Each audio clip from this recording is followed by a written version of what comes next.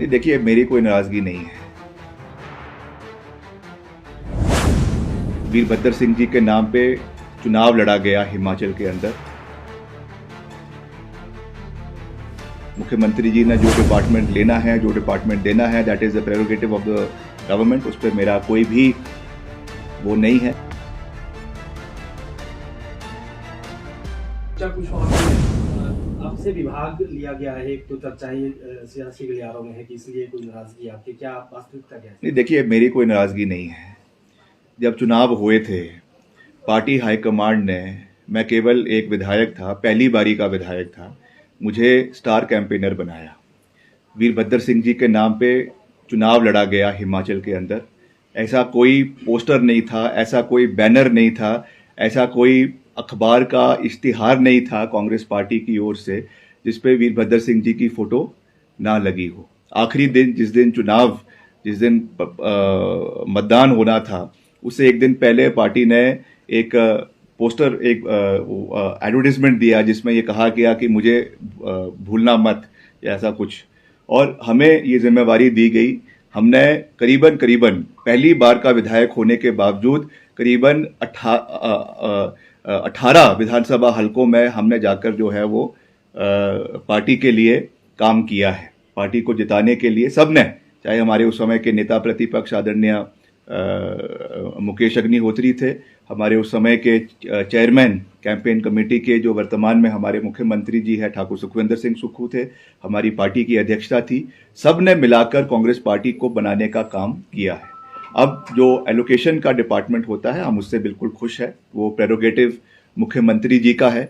मुख्यमंत्री जी ने जो डिपार्टमेंट लेना है, जो डिपार्टमेंट देना है, that is the prerogative of the government. उस पर मेरा कोई भी वो नहीं है। बाकी मैं जिस दिन बना था, मैंने उसी दिन कह दिया था कि कैबिनेट स्टेटस या मंत्री स्टेटस का तगमा लगाने वाले हम नहीं हैं। व्यक्ति जो है वो अपने कर्मों से जाना जाता है। कितने पोर्टफोलियोज किसके पास है या किसके पास कोई वो है, कोई स्टेटस है कैबिनेट का या नहीं है, ये चीज़ें ज़्यादा लंबे समय तक नहीं चलती। गवर्नमेंट सरकारें आती है, सरकारें जाती है, मगर हमें अपनी लोगों के साथ जो है वो अपना एक कनेक्ट बना के रखना चाहिए। और मुझे ऑन रिकॉर्ड कह रहा हूं, मुझे इससे कोई आपत्ति नहीं है। ये मुख्यमंत्री जी का विशेष अधिकार है, हम उनका बहुत मान सम्मान करते हैं। जो उन्होंने जिम्मेवारी हमें दी उसको हमने बेहतरीन तरीके से निभाने का प्रयास किया।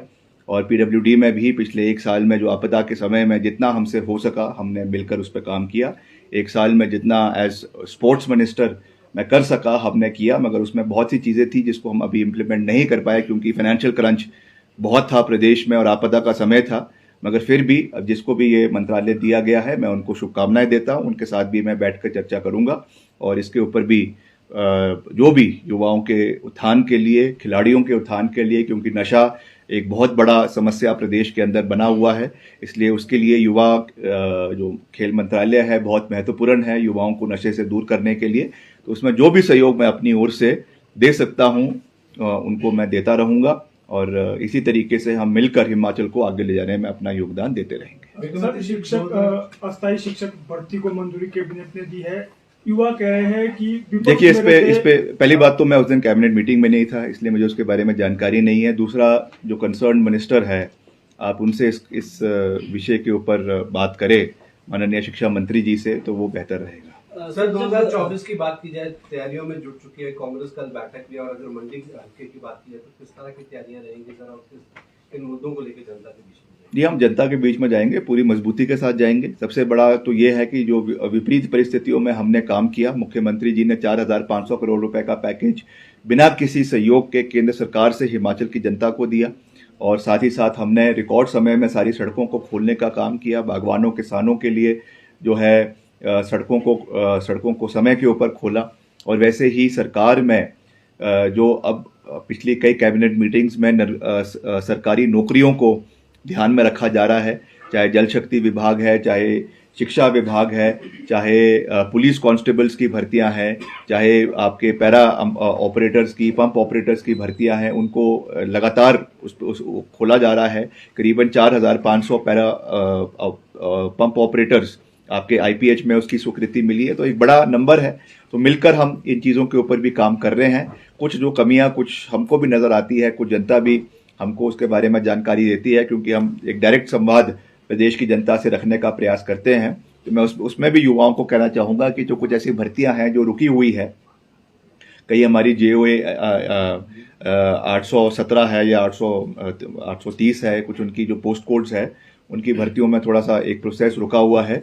उस विषय को भी हम मुख्यमंत्री जी के समक्ष रखेंगे, चाहे उसमें विजिलेंस का समस्या आ रही है या जो भी आ रही है उसको भी हम रखेंगे, ताकि उनको भी जल्द से जल्द घोषित किया जाए, ताकि उसका फायदा भी प्रदेश के युवाओं को मिले, ये मैं कह सकता हूँ। एक सवाल और है कि चर्चा और यहाँ पे है कि वास्तविकता है, आप बताएंगे कि विक्रमादित्य सिंह को कहा जा रहा है कि मंडी जो संसदीय से जो है चुनाव लड़ेंगे, इतनी वास्तविकता है? अगर ऐसा होता है, देखिए ऐसा कुछ है नहीं, मगर मैंने अभी अपनी प्रेस वार्ता की शुरुआत में कहा था कि वैसे तो मैं लड़ने के लिए इच्छुक हूँ नहीं, क्योंकि हमें जिम्मेवारी शिमला ग्रामीण से जिताकर दूसरी बार यहाँ के लोगों ने एक रिकॉर्ड मार्जिन के साथ करीबन 15,000 मतों के साथ जिताकर वापस भेजी है। सरकार में मुझे एक अहम जिम्मेवारी मिली है जिसका हम निर्वहन करने का पूरा प्रयास कर रहे हैं। मगर मैंने ये ज़रूर कहा है कि हम जो है वो कांग्रेस पार्टी के कर्मठ सिपाही हैं।